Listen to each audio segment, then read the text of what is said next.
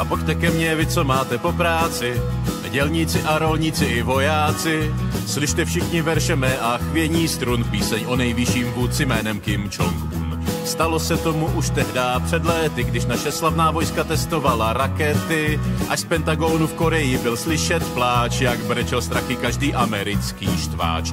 Kim Jong-un jede na bílém koni, Kim Jong-un mužný ideál, Kim Jong-un a svět se před ním skloní, skvělejší než každý císař, bůh i král. Strategické síly znají svou práci, naše slavná střela letí do noci, raketový motor hrdě burácí, leč všude číhají zráci ti čuráci.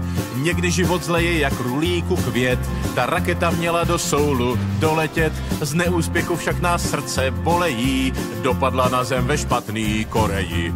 Kim Jong-un jede na bílém koni, Kim Jong-un mužný ideál, Kim Jong-un a svět se před ním skloní, skvělejší než každý císař, bůh i král. Naštěstí, když Koreji je nejhůře, náš vůdce ví, jak situaci opravit, najde generála, co za to může a celou jeho rodinu dá popravit.